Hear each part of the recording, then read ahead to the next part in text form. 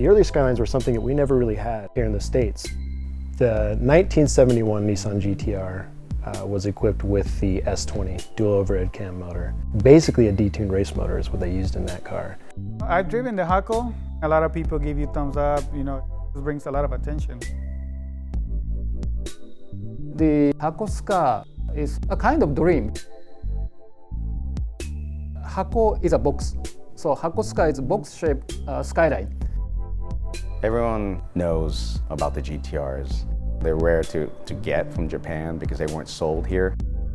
So I've always been a fan of older Skylines. And I just never thought they would be something that I could ever get or be accessible in the US. I started hearing about a company called JDM Legends out of Utah. I got in touch with them.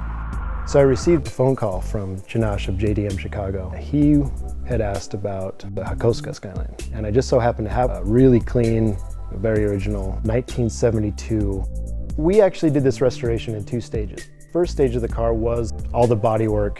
We did some rust repair on the car. We also did the over fender conversion. We had decided to completely redo the engine bay. Still an original, the factory L20 2-liter single cam, but we went with triple carburetors on it. An overall very clean aesthetic.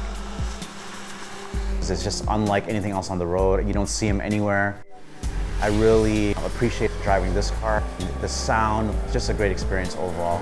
When this car first came out, ENEOS was the oil that was used. It was a factory fill for this car.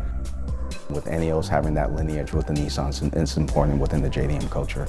Every generation to wear the GT-R badge would be a world above the next one, and usually, worlds above the competition. On this car, you can easily make, another 160 horsepower, and you've got guys making 2,000 horsepower. We want the best oil for our engines. ENEOS is Japan's #1 oil, factory fill in a majority of the Japanese vehicles. Toyota, Honda, Nissan, Subaru, Mitsubishi, Mazda, and others. Authenticity is huge for me. That's the reason why I love ENEOS, because it's a Japanese brand. A lot of people are not familiar with ENEOS. It's actually the largest oil company in Japan and one of the biggest in the world.